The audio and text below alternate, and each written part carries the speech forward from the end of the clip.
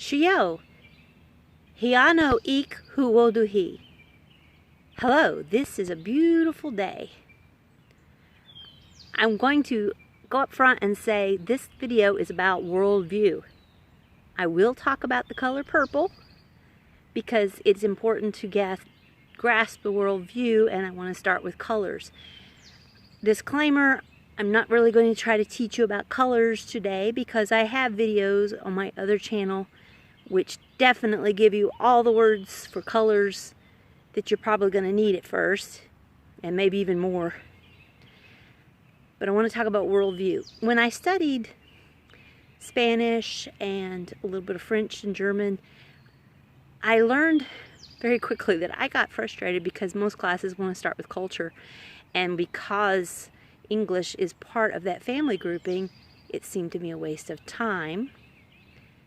In Cherokee, it is not a waste of time to start with worldview or culture because we have nothing that we can relate to when it comes to the worldview of Cherokee as opposed to our English worldview. And to illustrate that fact, we're going to look at the color purple today. Now, there are different words in Cherokee for the color purple. And I guess I was dense when I started encountering this because I just thought they meant different shades or hues or were just different ways each community might be saying them. And it took me a minute and actually an elder setting me down and explaining it to me. So I'm going to do that for you of why that's not the case. It actually is a different worldview. It has more to do with the language and the worldview than the hue. It relates to the kind, and we don't have anything like this in English, so open up your mind, throw away your prejudice, your doubts, your biases, and just listen for a moment. Dialects is one word you'll often hear in relation to purple. And I'm going to put that syllabary right there for us. I'll try to get it all in line there. Dialects.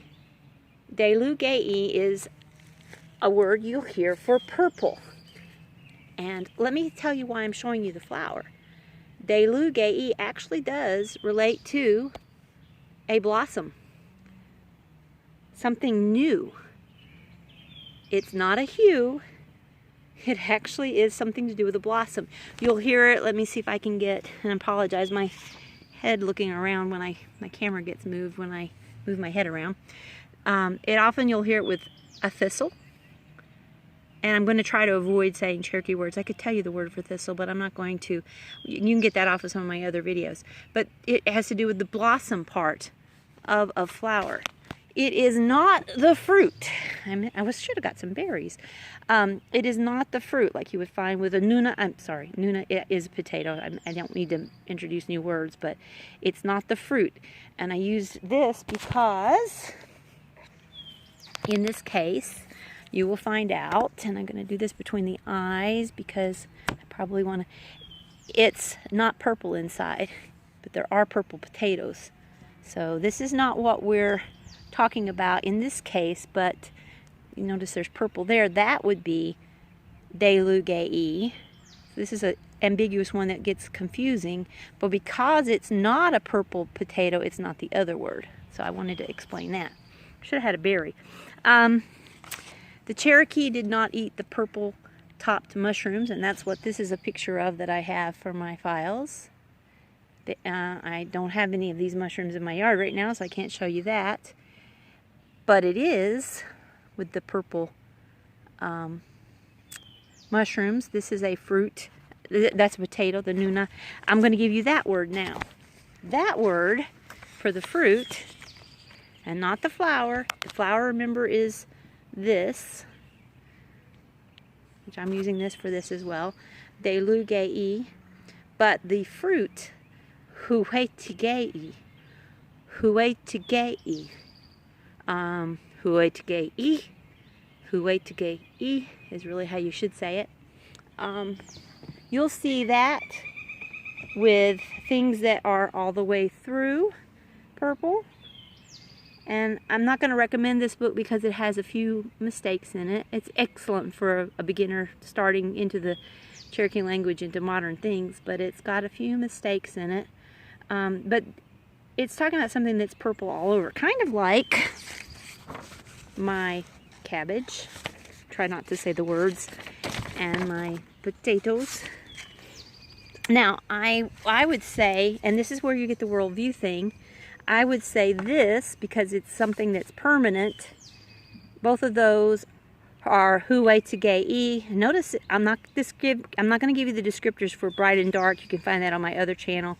But it really is just hu-wei-tsa-ge-i. However, another Cherokee speaker might want to focus on the fact that this is a flower scent. So then you would use tsa-ne-la-ne-i because it's the flower. We don't have anything like this in English. We're describing in English the color, the hue, the tone, and in Cherokee they're talking about whether it's fresh or old. This is something, this anuo, this cloth, and the anuo on my anuo that I'm wearing, the color I'm wearing today, I would probably up here, even though it's cloth and it's permanently placed, I might say tsa-ne-la-ne-i. But for down here, I would probably say hu-wei-tsa-ge-i.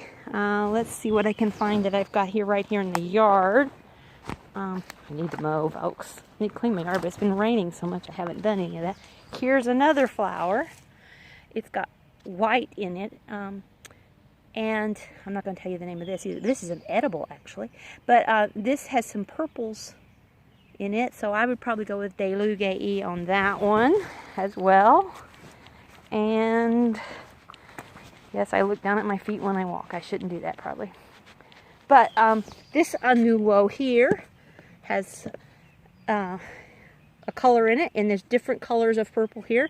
But I would still say hu-wei-tsa-ge-i because it's an old scarf. It's old. Hu-wei-tsa-ge-i.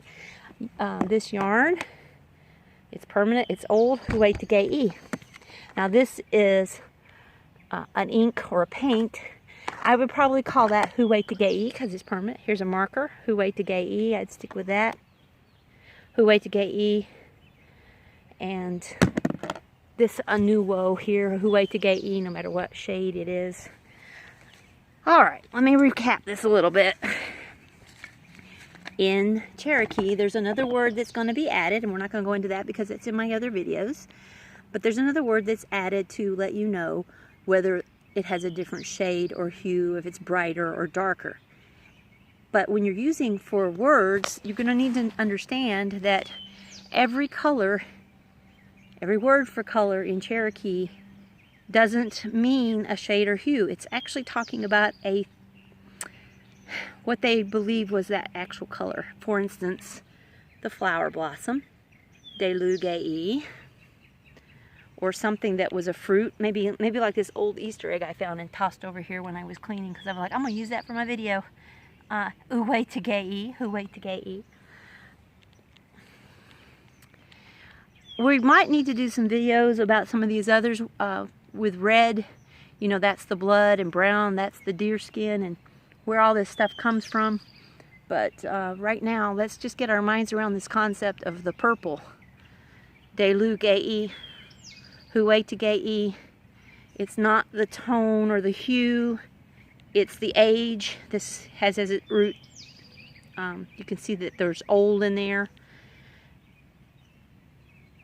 Another thing that would be called hu-wei-tsa-ge-i would be like the age spots on a man or a woman, especially on a woman though. Hu-wei-tsa-ge-i, the age spots, they're not. But a bruise would be tsa-ne-la-ne-i. I'm sorry, I'm stuttering. Tsa-ne-la-ne-i would be the bruise because it's like a flower. It blossoms up and it goes away.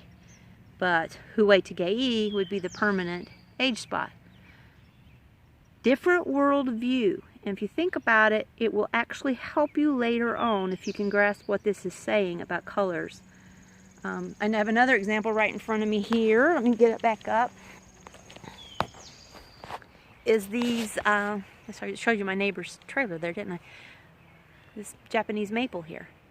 I would probably go with tsa-ne-la-ne-i on this because it's a purplish leaf, which is going to change to a more vibrant color this fall, and was actually more of a green earlier on. but it's definitely not that I'd say of that. Every color has a meaning for something else that's it's based off of, and it's not the tone or the hue, and there's different words for the colors because of that. So, worldview: fresh, blossoms, flowers, new things. tsa-ne-la-ne-i. Older things, fruit, age spots, permanent things. tsa-ne-la-ne-i. Think about it today. Something to ponder on. Thank you for listening. Shki. Thanks. Shki.